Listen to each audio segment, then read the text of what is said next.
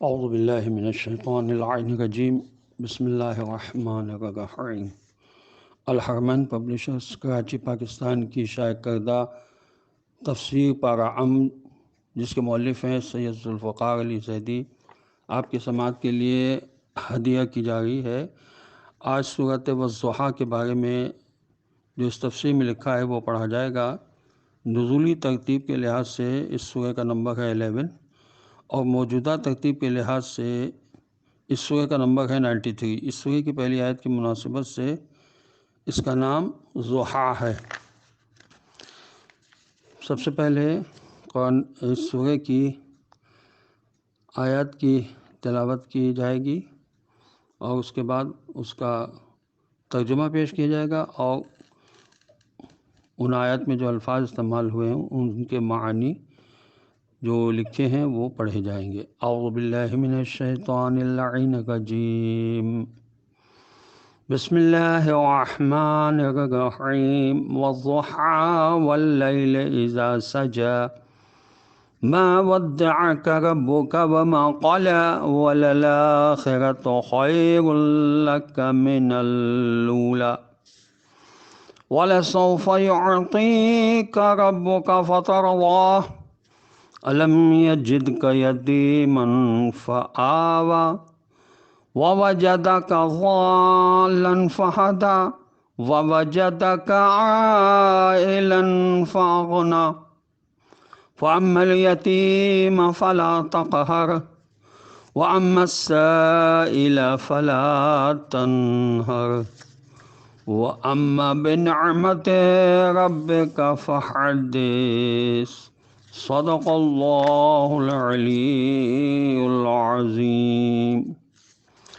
اس سورہ کی فضیلت کے بارے میں لکھا ہے تفسیر برہان میں کہ اگر گمشدہ شخص کا نام لے کر اس سورہ کو لکھا جائے تو وہ اپنے لوگوں میں صحیح و سالم لوٹ آئے گا۔ اس سورہ کے موضوعات اور خلاصہ مضامین کافی طویل ہے۔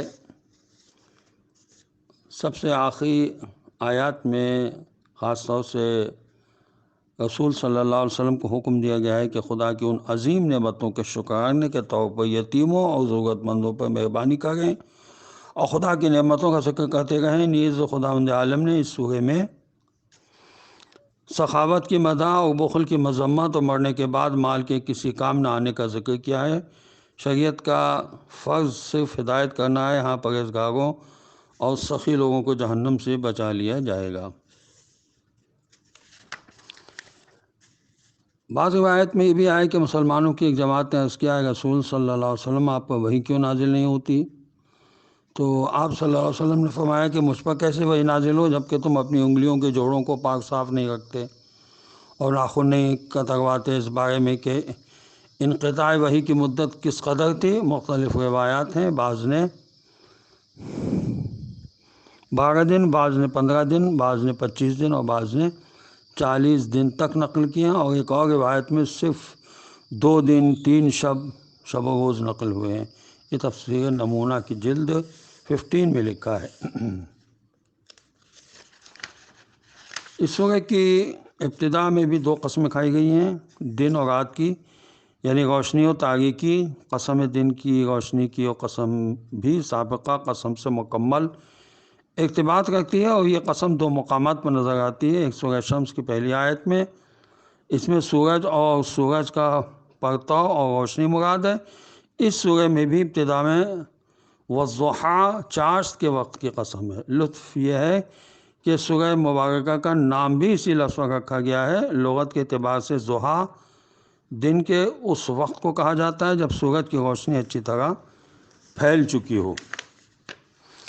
جو آیت میں نے تلاوت کی ان کا ترجمہ یہ لکھا ہے کہ بنام خدا رحمان و رحیم، قسم روز روشن کی اور رات کی جب اس کی تاریکی چھا جائے۔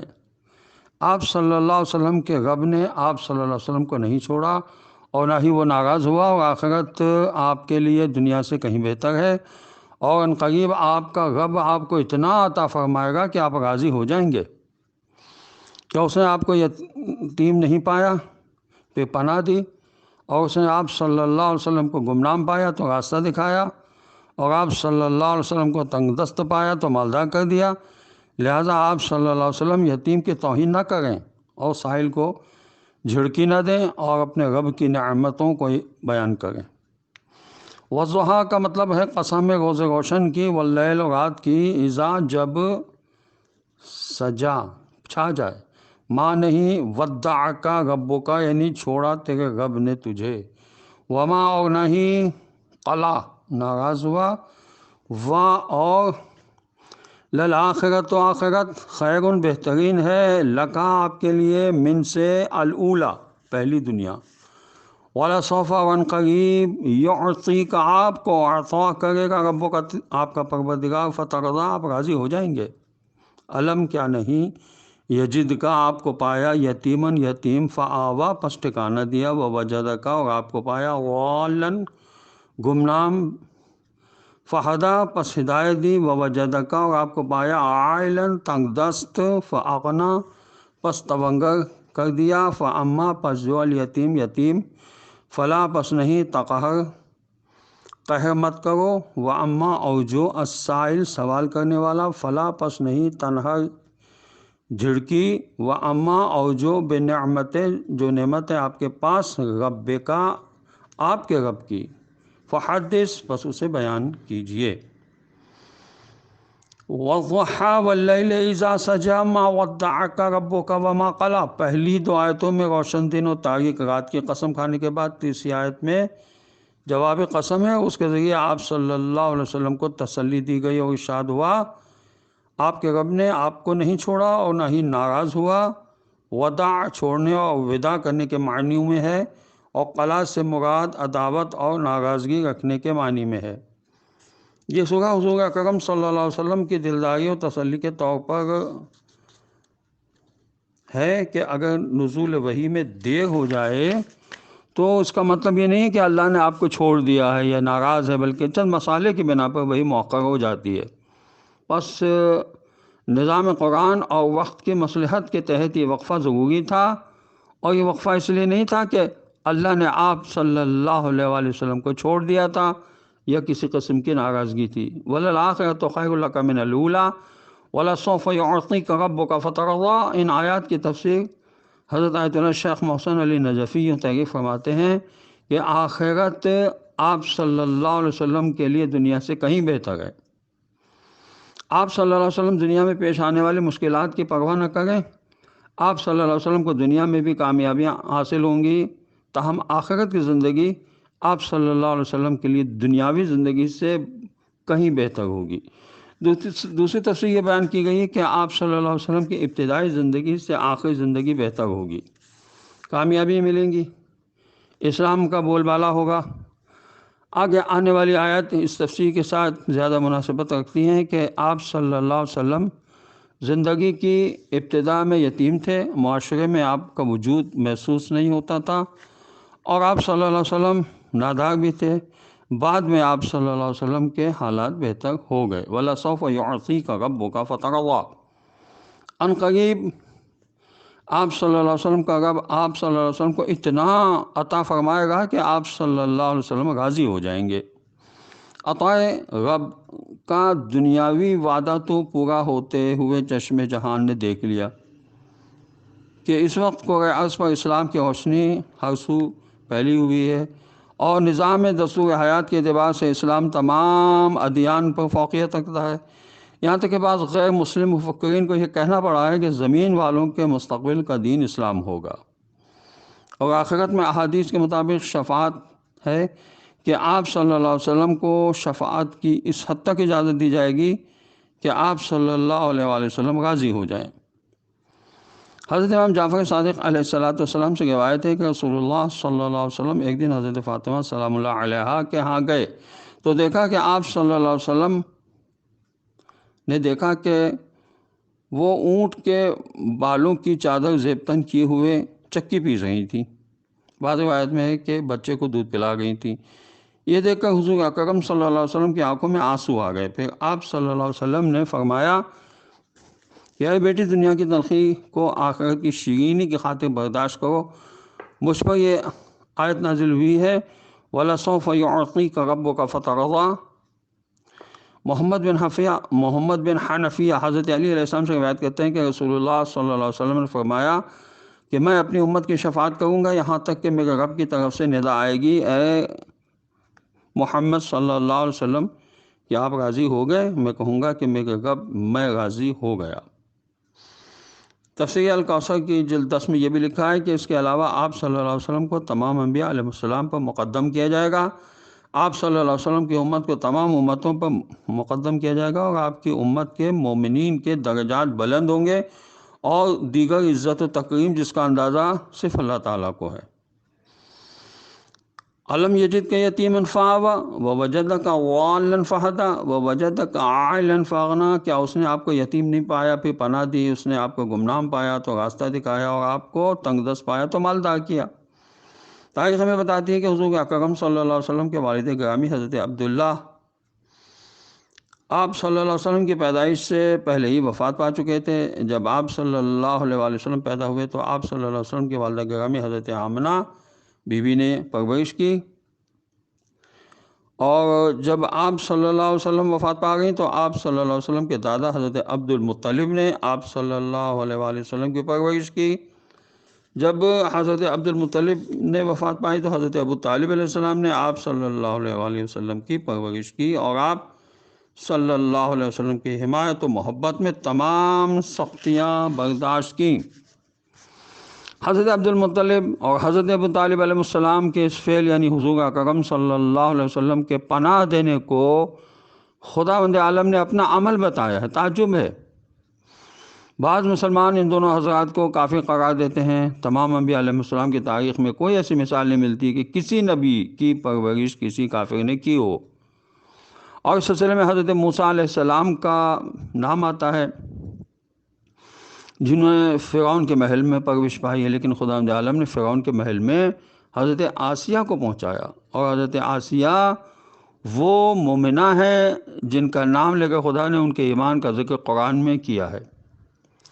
یوں حضرت آسیہ نے حضرت موسیٰ علیہ السلام کو قتل ہونے سے بچایا، اور آپ علیہ السلام کی پرورش کی، اور دودھ پلانے کے لیے حضرت موسیٰ علیہ السلام کی والدہ کو دربار تک رسائی دی۔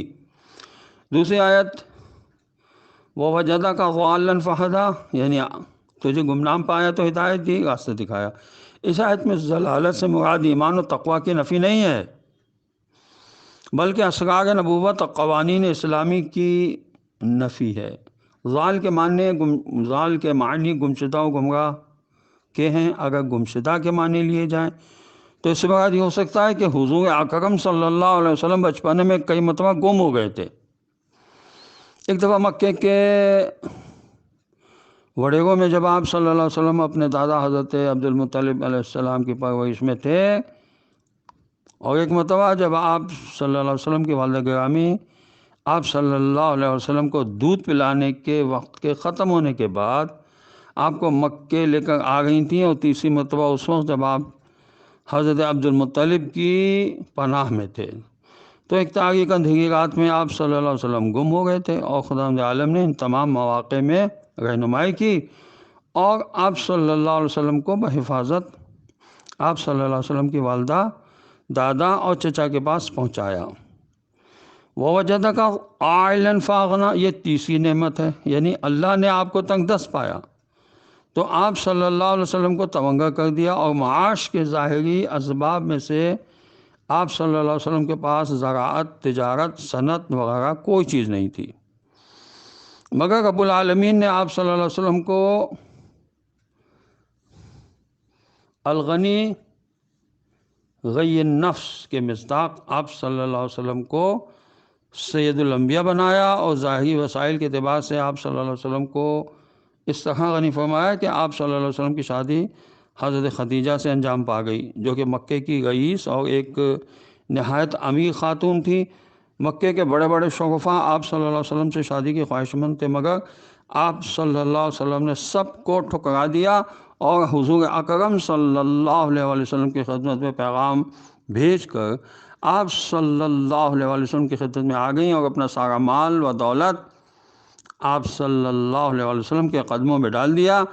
جبکہ اس سے پہلے آپ صلی اللہ علیہ وسلم کے دادا و چچا پرورش کرتے رہے۔ حضور اکرم صلی اللہ علیہ وسلم نے اپنے چچا حضرت ابو طالب اور ام المومنین حضرت خدیجہ الکبریٰ کی وفات کے سال کو عام الحزن قرار دے کر اسلام کے لیے ان کی خدمات کی اہمیت کو واضح کر دیا، اور ساتھ ہی یہ پتہ چلتا ہے کہ اسلام کے ان محسنون اسلام اور بانی اسلام کے ساتھ ایسا سلوک کیا تھا کہ حضور اکرم صلی اللہ علیہ وسلم نے ان کی زندگی کے بعد بھی ان کی خدمات کا اعتراف کیا۔ فَأَمَّا الْيَتِيمَ فَلَا تَقْهَرْ وَأَمَّا السَّائِلَ فَلَا تَنْهَرْ وَأَمَّا بِنِعْمَةِ رَبِّكَ فَحَدِّثْ۔ لہٰذا آپ یتیم کی توہین نہ کریں اور سائل کو جھڑکی نہ دیں اور اپنے رب کی نعمتوں کو بیان کریں۔ گزشتہ آیات سے نتیجہ نکالتے ہوئے ان آیات میں پیغمبر اکرم صلی اللہ علیہ وسلم کو 3 احکامات دیے گئے ہیں۔ ان آیات میں حضور اکرم صلی اللہ علیہ وسلم کی ذات گرامی مخاطب ہے، اور آپ صلی اللہ علیہ وسلم کے ذریعے تمام مسلمانوں کے لیے یہ حکم ہے، اور تنہر کے معنی یہ ہے کہ ایسا غلبہ جو حقارت کے ساتھ ہو۔ اسلامی تعلیمات میں یتیم کے بارے میں بڑی تفصیل کے ساتھ بیان کیا گیا ہے۔ احادیث مبارکہ میں ہے کہ جو شخص کسی یتیم کو اپنے کھانے میں شامل کرے تو حق تعالیٰ کی طرف سے یقیناً اس کے لیے جنت واجب ہے، مگر اس شرط کے ساتھ کہ وہ کوئی ایسا گناہ نہ کرے جو معاف نہ ہو سکے۔ نیز ارشاد ہے جو کسی یتیم کے سر پر شفقت سے ہاتھ پھیرے تو اس کا ہاتھ جتنے بالوں پر گزرے گا اتنی ہی نیکیاں اس کے لیے لکھ دی جاتی ہیں۔ ایک اور حدیث میں ارشاد فرمایا کہ جو کوئی کسی یتیم کے ساتھ اچھا سلوک کرے گا جس کی وہ پرورش کرتا ہے تو میں اور وہ جنت میں ان 2 انگلیوں کی طرح قریب ہوں گے۔ ساتھ ہی آپ صلی اللہ علیہ وسلم نے اپنی 2 انگلیوں کو ملا کر دکھایا۔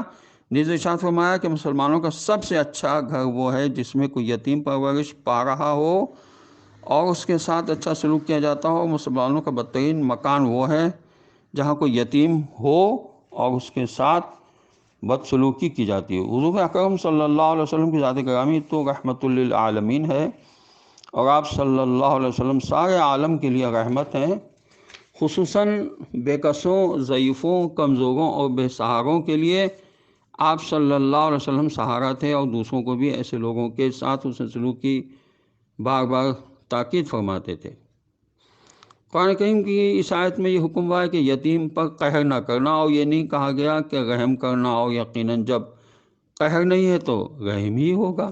وَأَمَّا السَّائِلَ فَلَا تَنْهَرْ، اور سوال کرنے والے کو مت جھڑکو۔ تنہر کا مادہ نہر ہے جس کے معنی سختی کے ساتھ دھتکارنے کے ہیں، اور اس سائل میں وہ بھی شامل ہے جو روٹی، کپڑا، لباس، روپیہ، پیسہ کا سوال کرے، یعنی کسی دنیاوی چیز کا سوال کرے، اور وہ سائل بھی شامل ہے جو کسی علمی تحقیق یا علمی مسئلے کے بارے میں سوال کرے۔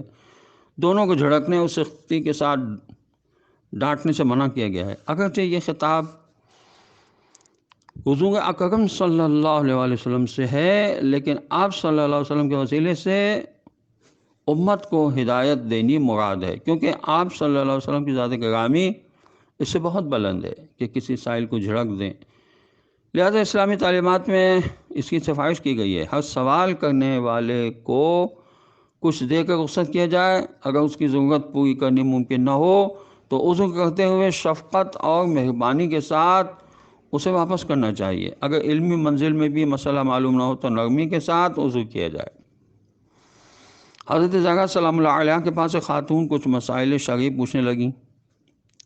آپ علیہ السلام نے اس کے تمام مسائل کے جواب دیے۔ وہ عورت چلی گئی، مگر تھوڑی دور جا کر اسے احساس ہوا کہ وہ مسائل بھول گئی ہے۔ وہ واپس آئی اور حضرت زہرا سلام اللہ علیہ سے دوبارہ مسائل پوچھے۔ آپ علیہ السلام نے پھر بتا دیے۔ وہ عورت چلی گئی، راستے میں جا کر پھر بھول گئی اور واپس آئی، اور اس بات کی کئی مرتبہ تکرار ہوئی۔ آخری دفعہ وہ عورت شرمندگی کے ساتھ معذرت کرنے لگی تو حضرت زہرا سلام اللہ علیہ نے فرمایا تمہیں معذرت کرنے کی ضرورت نہیں، اگر تم 100 مرتبہ بھی بھول جاؤ گی تو ہر دفعہ ضرور بتاؤں گی۔ حضور اکرم صلی اللہ علیہ وسلم کی ذات اقدس تمام انبیاء علیہ السلام میں سخی ترین تھی، کسی بھی سائل کے سامنے نہیں کا لفظ نہیں کہا۔ سائل کے سوال کے مطابق جو چیز میں میسر آتی آپ صلی اللہ علیہ وسلم اس کے حوالے کیا کرتے تھے۔ فرزدق شاعر نے آپ کی اسی خصوصیت کو یوں اپنے شعر میں بیان کیا ہے: ما قال لا قطہ الا فی تشہدہ لولا تشہد کانت لآؤہ نعم، سوائے نماز میں تشہد کے علاوہ آپ صلی اللہ علیہ وسلم نے کبھی لا نہیں کا لفظ ادا نہیں کیا۔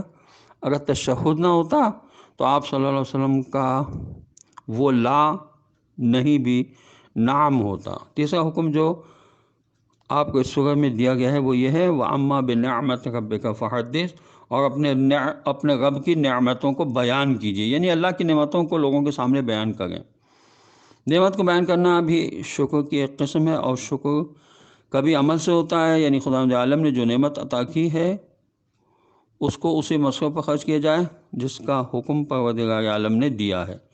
سخی و کریم لوگوں کا یہ طریقہ رہا ہے کہ جب انہیں کوئی نعمت ملتی ہے تو وہ اسے بیان کرتے ہیں اور خدا کا شکر بجا لاتے ہیں، اور ساتھ ہی ان کا یہ عمل اس حقیقت کی تائید کرتا ہے۔ حضور اکرم صلی اللہ علیہ وسلم نے ارشاد فرمایا ہے اللہ تعالیٰ جب کسی بندے کو کوئی نعمت عطا کرتا ہے تو ساتھ ہی اس بات کو پسند کرتا ہے کہ اس بندے پر اس نعمت کے آثار ظاہر ہوں۔ یہ نہج الفصاحہ جو کتاب ہے اس میں لکھا ہے۔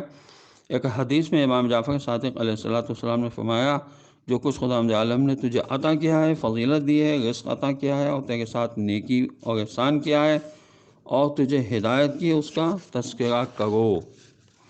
حضرت علیہ السلام نے ارشاد فرمایا بے شک اللہ جمیل ہے اور جمال کو دو سکتا ہے، اسی طرح رب العالمین اس بات کو پسند کرتا ہے کہ اپنے بندے پر اپنی نعمت کے اثر کو دیکھے۔ حضور اکرم صلی اللہ علیہ وآلہ وسلم نے ارشاد فرمایا جس شخص کو کوئی بھلائی عطا کی جائے لیکن اس کی شخصیت میں اس کے آثار نظر نہ آئے تو اسے خدا کا دشمن اور اس کی نعمتوں کا مخالف شمار کرنا چاہیے۔ خداوند عالم کی بارگاہ میں دست بدعا ہوں کہ پروردگار ہمیں قرآن کو پڑھنے سمجھنے اور اس پر عمل کرنے کی توفیق عطا ہو۔ وارث قرآن حضرت امام زمانہ عجل اللہ تعالی فرجہ شریف کے ظہور میں تعجیل ہو اور ہمیں ان کے اعوان و انصار میں شامل ہونے کی توفیق نصیب ہو۔ والسلام علیکم ورحمۃ اللہ وبرکاتہ۔